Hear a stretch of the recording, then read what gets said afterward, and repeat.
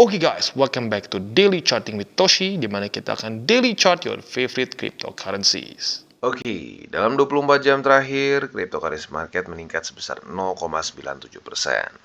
Dengan total market cap mencapai di 1,06 triliun US dollars.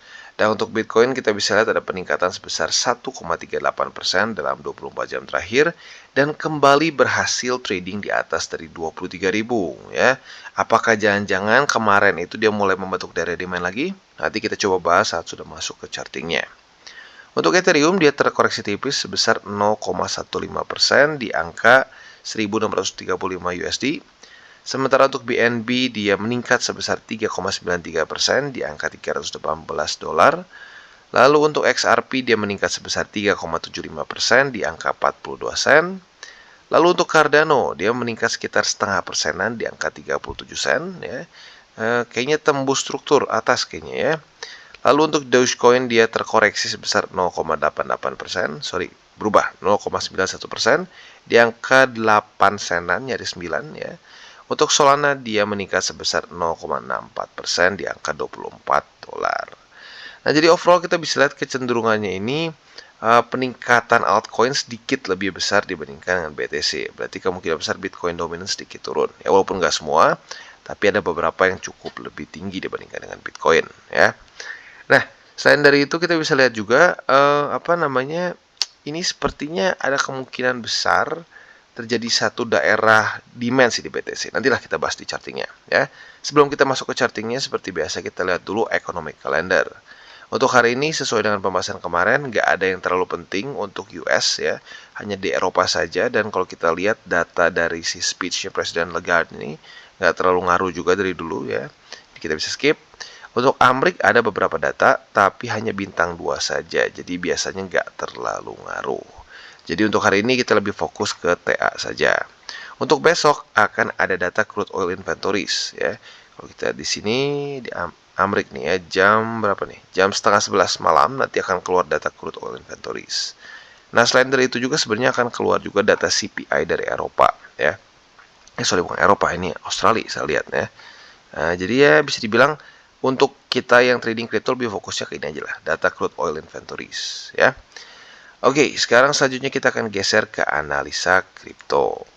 Nah, kalau kita di sini ini adalah ngomongin soal Wyckoff ya. Wyckoff dan kita sekarang sedang masuk dalam akumulasi katanya ya. Dan kalau kita lihat secara gambarannya cukup mirip ya, dan menurut si Stock Money Lizard ini kita sudah masuk ke fase D. Nah, apabila fase D ini benar-benar berjalan sesuai dengan Wyckoff, kemungkinan besar dia akan retest ke AR atau automatic rally di sini ya. Nah, kalau yang di sekarang ini antara 24.500 sampai 25.000 ya. Simpelnya daerah sinilah ya, 24.500 atau 25.000, tergantung lu mau ngitungnya mana, wick atau body. Kalau body di 24.500, kalau wick 25 ribuan ya. Nah, intinya dia akan retest ke daerah situ. Nah, kalau dia sudah retest ke situ, kalau menurut Wyckoff kemungkinan besar akan ya ada retest beberapa kali lah. Ya, dia ke atas, lalu akan turun juga ke beberapa support sebelumnya, dia bikin satu daerah demand dan lanjut lagi ke atas. Jadi ini kita tunggu nih, apakah fase D benar-benar terjadi atau tidak ya. Jadi kurang lebih seperti itu untuk analisa kripto kita pada hari ini. Overall masih cukup mirip ya. Tinggal kita lihat apakah akan langsung benar-benar sampai ke fase E nggak waktu dia parabolik ke atas ya. Oke, sekarang kita akan masuk ke chartingnya. Untuk Bitcoin kita bisa lihat, gue bilang ini ada kemungkinan terjadi daerah demand lagi seperti di sini ya. Ini yang gue maksud ya. Jadi kemarin kan Bitcoin sempat lama di sini ya, 5 hari dia bisa dibilang sideways antara 20.700 sampai 21.500-an. Lalu tiba-tiba menemukan momentum dan lanjut lagi ke atas. Gua cukup kaget walaupun RSI-nya masih overbought di sini, naik lagi ya. Nah, pertanyaannya apakah ini akan terjadi lagi seperti di sini atau tidak ya? Apakah ini akan kembali menjadi daerah demand ya? Naik lagi ke atas dan retest 24.500 atau tidak? Nah, kalau sampai itu terjadi berarti ya ini benar-benar masuk ke pola ini ya, masuk ke pola fase D di mana dia mulai mencoba retest si AR di sini ya. Ya, sebenarnya lebih sedikit tinggi di atas AR lah ya di sini nih ya. Nah, jadi kurang lebih seperti itu. Atau jangan-jangan malah menjadi daerah demand Malah menjadi daerah supply ya. Kalau daerah supply seperti ini, dia ke sini kehilangan momentum malah retest ke bawah ya. Jadi kita harus lihat dalam beberapa hari ke depan. PR dari gua sih Bitcoin sebenarnya cenderung masih oke lah, masih lebih gampang untuk dipertahankan, yaitu jangan tembus 19.500 ya. Kenapa? Karena 19.500 ini ada MA200 di daily dan ada juga bull support band yang dimana kita tahu kita harus lihat dulu di sini ya. Kita geser ke bull support band. Dia itu sekarang di titik mana ya? Coba kita lihat. Dia sekarang ada di, sebentar kita tutup dulu biar nggak pusing, geser ke indeks Bitcoin ya, biar lihatnya nggak terlalu banyak garis. Nah untuk sekarang dia itu sedang dalam posisi di 19.700 bahkan ya, udah sedikit naik ya. Coba kita di sini ya 19.000, oh salah bukan 19.700 tapi 20.000, lebih $27 sampai 18.700 itu range-nya ya. Jadi harapan gue sih jangan sampai daily close di bawah dari 19.500 dan weekly close-nya kalau bisa di atas dari 20.000 sekarang ya. Karena seperti yang gue sudah bilang dari sebelum-sebelumnya, bull support band ini adalah satu indikator yang sangat bagus untuk menunjukkan apakah kita dalam kondisi bear market atau bull market ya. Nah, kita sekarang bisa lihat kemungkinan besar kita dalam satu masa transisi dari bear market yang cukup lama seperti di sini. Lo bisa lihat berkali-kali kita di reject ya. Reject sekali. Di sini sempat ada harapan tapi bisa dibilang hanya fake out saja, lanjut lagi turun, retest lagi di sini, dihajar lagi, dan akhirnya ya pada Januari kemarin mulai berhasil weekly close di atas, dan PR-nya ya bisa dibilang dia harus tinggal bertahan saja dan mulai mantul di daerah bull support band ya, sama seperti di mana? Sama seperti di siklus-siklus sebelumnya ya. Jadi setiap kali Bitcoin bergeser dari bear market ke bull market, itu dia ada reclaim lalu retest. Nah, setelah retest ini dia naik, itu probability-nya besar untuk bulurannya lanjut dan parabolik seperti ini ya. Tapi sekali lagi bukan cuma reclaim, tapi harus ada retestnya juga. Sama seperti di sini ya. Dia waktu di sini berhasil naik tapi retestnya gagal, ya udah berarti dia jebol lagi. Tapi saat dia berhasil naik ke sini dan retest lanjut lagi ke atas seperti di sini, nah ini yang sangat kita harapkan. Dan kalau jujurnya gue pribadi, gue sangat berharap bull run-nya akan lebih mirip seperti di 2015. Yaitu apa? Sering sungkem ya, sering retest support. Kalau kita lihat di sini, dia naik, dia rally, koreksi. Rally, koreksi. Jadi kalau setiap kali dia rally dan koreksi ke bull support band, ini bull run-nya panjang. Lu lihat berapa tahun nih bull run ya. Asik banget buat akumulasi ya. Asik banget buat akumulasi, asik banget juga buat lu TP terus nanti bisa pelan-pelan akumulasi lagi di bawah ya. Nah, berbeda dengan di siklus 2020 ya, di mana dia naiknya kecepatan, dia nggak retest di sini. Nah, saat dia nggak retest, bull marketnya cenderung lebih pendek walaupun cepat naiknya gitu. Jadi lagi-lagi kalau gua sih lebih prefer yang ini ya, lebih panjang, lu bisa pelan-pelan akumulasi dibandingkan lu cepat seperti ini, ujung-ujungnya malah blow off topnya lebih kecepatan ya. Jadi kurang lebih seperti itu untuk Bitcoin ya, dan selanjutnya kita akan geser ke indeks dolar. Untuk indeks dolar kita bisa lihat sendiri dia kemarin galau ya. Galau tapi untungnya masih cenderung di bawah dari 102,05. Jadi masih ke reject di sini ya. This is good. Probability dia untuk lanjut membuat lower low secara TA masih tinggi ya. PR-nya ngapain sekarang? PR-nya kalau bisa dia dapat wick yang lebih dalam daripada tanggal 18 Januari di sini ya. Jadi kurang lebih seperti itu untuk Bitcoin dan ya maksud untuk makronya lah in general ya. Dan seperti biasa sekarang kita akan masuk ke bagian buy limit. Dan tetapi seperti biasa sebelum kita masuk ke situ, gua disclaimer dulu bahwa DCWT dan semua konten dari TC ini bukanlah financial advice. Tujuannya adalah untuk edukasi dan membiasakan para subscriber Go untuk lebih mengerti charting.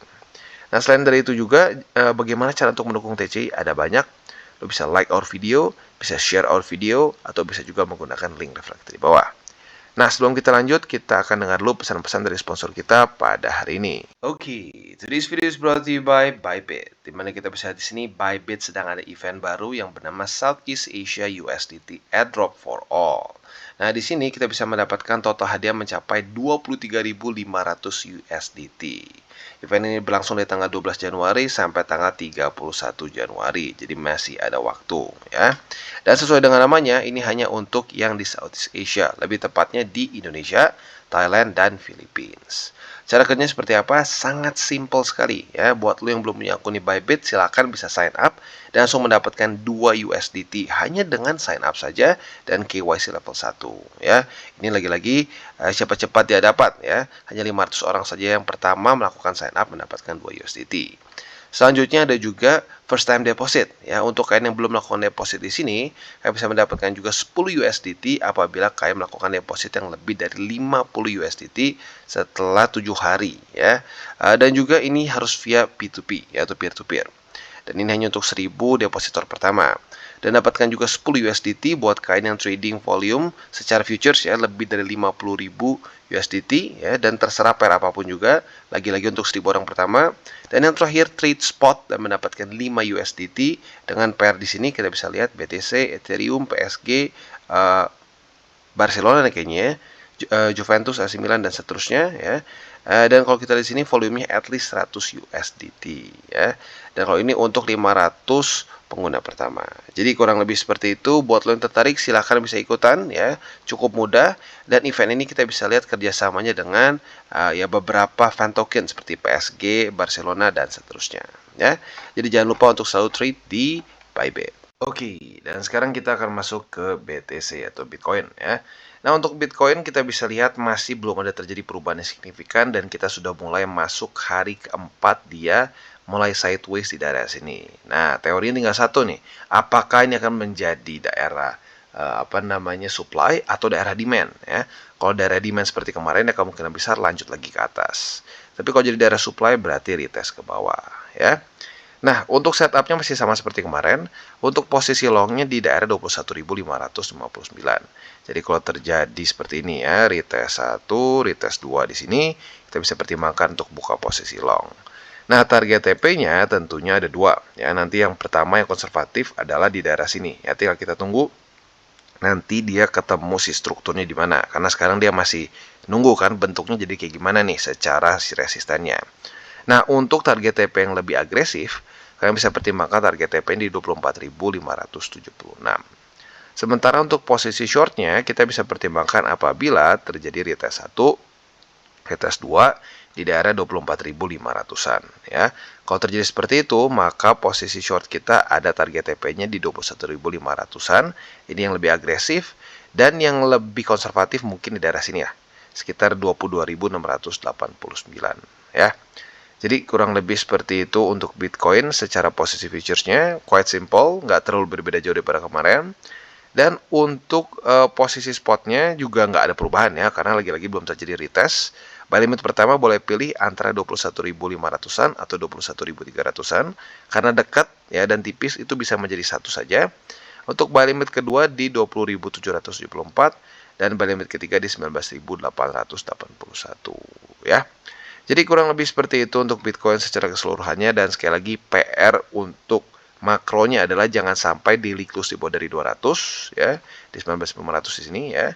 Dan jangan sampai weekly close di bawah dari 20.000. Jadi kurang lebih seperti itu untuk Bitcoin. Oke, dan selanjutnya kita masuk ke Ethereum. Dan untuk Ethereum ini sudah merupakan retest ketiga di daerah 1623 ya. Jadi retest pertama terjadi pada tanggal 21, retest 2 terjadi pada tanggal 22, dan yang ketiga di tanggal 23 ya. Pas banget angkanya. Nah, jadi untuk sekarang buat posisi long masih dalam kondisi profit. Tapi yang untuk agresif otomatis masih jauh ya. Untuk yang konservatif kemarin langsung kena di sini ya. Nah, jadi buat lo yang masih pegang secara agresif ya si target TP-nya ya terserah, boleh lu pertahankan atau lu mau TP duluan boleh ya. Karena lagi-lagi secara RSI ini gue lupa masukin lagi ya. Secara RSI dia masih kondisinya overbought ya. Nah, oke. Selanjutnya kita lihat untuk ini bentar RSI-nya gue hapus dulu sih.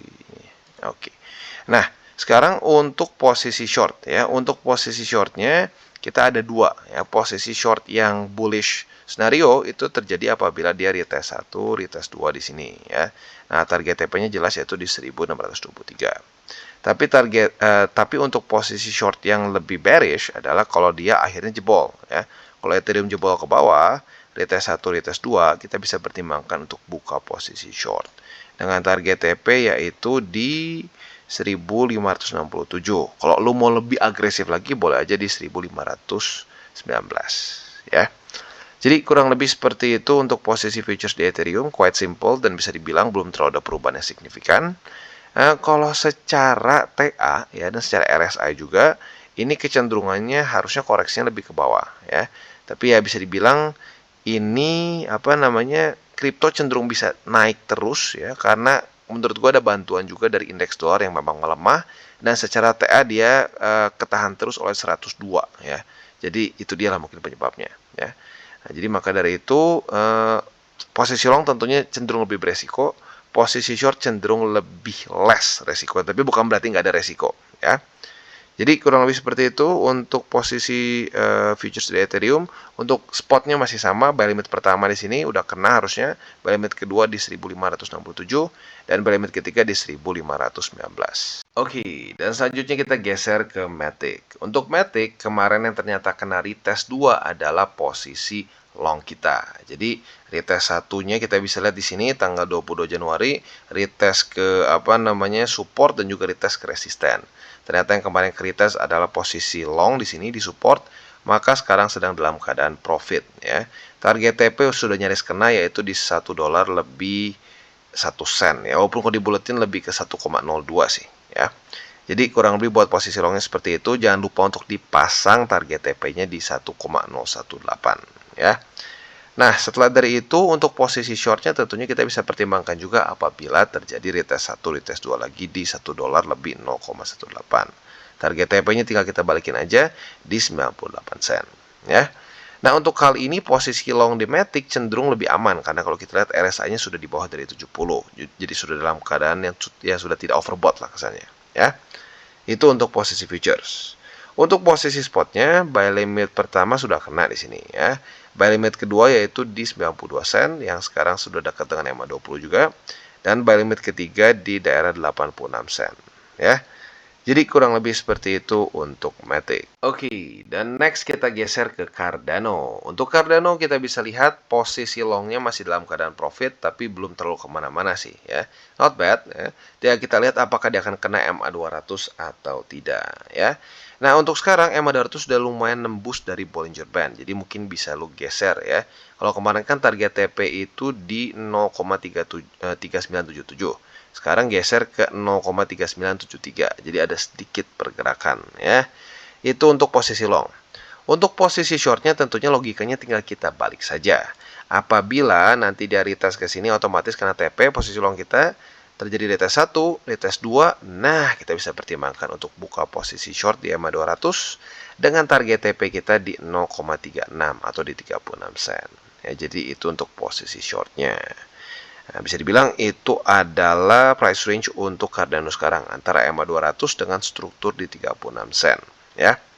Nah, itu posisi futures. Untuk posisi spotnya otomatis nggak terlalu banyak perubahan ya. Buy limit pertama itu di 36 sen ya. Ini untuk ya buy limit pertama kita harus sudah kena kemarin di sini. Buy limit kedua di 33 sen dan buy limit ketiga di 32 sen. PR untuk Cardano adalah jangan sampai di close di bawah dari 32 sen. Karena kalau dia close di bawah dari situ maka membuat lower low ya, dan probability-nya akan bisa jadi head and shoulders ya. Jadi kalau gue sih berharapnya nggak perlu nyentuh sama sekali ke 32. Kalau bisa hanya mantul antara di 36 atau di 33 saja supaya strukturnya nggak berantakan. Oke, dan sekarang kita masuk ke Phantom. Untuk Phantom kita bisa lihat terjadi retest pertama di angka 41 sen ya. Dan ini cukup gila juga ya sebenarnya karena 2 hari lalu dia masih di daerah 34 sen. Jadi buat posisi long lu di sini ya, akhirnya sudah kena target TP setelah cuma nunggu bentar sih sebenarnya, cuma nunggu 2 hari ya, not bad, not bad. Bahkan nggak, ini belum sehari lah, 1 hari lebih dikit ya. Jadi congratulations buat lo yang punya posisi long di sini dan target TP-nya sudah kena di 41 sen. Ya ini secara profit kayaknya gede nih ya. Coba kita lihat secara profitability-nya. Wow, 22% ya. Gua bahkan nggak nyangka segede gitu secara persentase. Nah, buat lo yang sudah dapat posisi long di sini, congrats. Karena resikonya cukup tinggi kemarin di sini ya. Kadang-kadang gini ya, orang yang ambil resiko lebih malah bisa profit. Ya, jadi we'll never know siapa yang bisa profit ya. Mungkin orang yang konsisten dengan SOP dia ya. Jadi kurang lebih seperti itu untuk Phantom. Dan untuk posisi shortnya kita bisa pertimbangkan apabila kalau besok Phantom ternyata gagal tembus ya. Kalau si Phantom gagal reclaim 41 sen ya, jadi dia close di bawah di sini. Nah, kita besok bisa pending order posisi short ya. Apabila terjadi retest 2, kita bisa pertimbangkan untuk nge-short di sini dengan target TP di 34 sen ya. Jadi kurang lebih seperti itu untuk Phantom secara posisi futures. Untuk spotnya otomatis masih belum ada perubahan karena belum reclaim struktur selanjutnya. Jadi buy limit pertama masih di 34 sen, buy limit kedua di 31 sen, dan buy limit ketiga di 29 sen. Jadi kurang lebih seperti itu untuk Phantom. Dan ini juga ending dari DCWT kita pada hari ini ya. Dan seperti biasa gue gak akan pernah bosan untuk mengingatkan jangan pakai uang panas. Itu aturan pertama dan yang paling penting. Yang kedua, kalau kalian trading futures terutama jangan over leverage. Jadi kurang lebih seperti itu untuk DCWT kita pada hari ini. Oke guys, jadi itu adalah akhir dari segmen DCWT kita pada hari ini. Dan jangan lupa bagi kalian yang merasakan manfaat dari segmen ini, jangan lupa untuk share ke teman-teman kalian. Dan apabila lu pengen mensupport channel kita, ya TCI, jangan lupa untuk menggunakan link referral kita di bawah. Nggak wajib ya, tetapi apabila lu menggunakan link referral kita di bawah, ada macam-macam ya, dari Bybit, Huobi, Maxi, toko kripto, dan banyak lagi ya. Ya, walaupun nggak wajib, tapi kalau menggunakan link referral kita, lu secara langsung membantu perkembangan dari TCI. Dan satu lagi, jangan lupa juga untuk join Telegram group kita, di mana kita bisa ngobrol-ngobrol santai mengenai dunia cryptocurrency secara dua arah. So, jangan lupa untuk like, subscribe, klik the bell icon, and see you on the next video.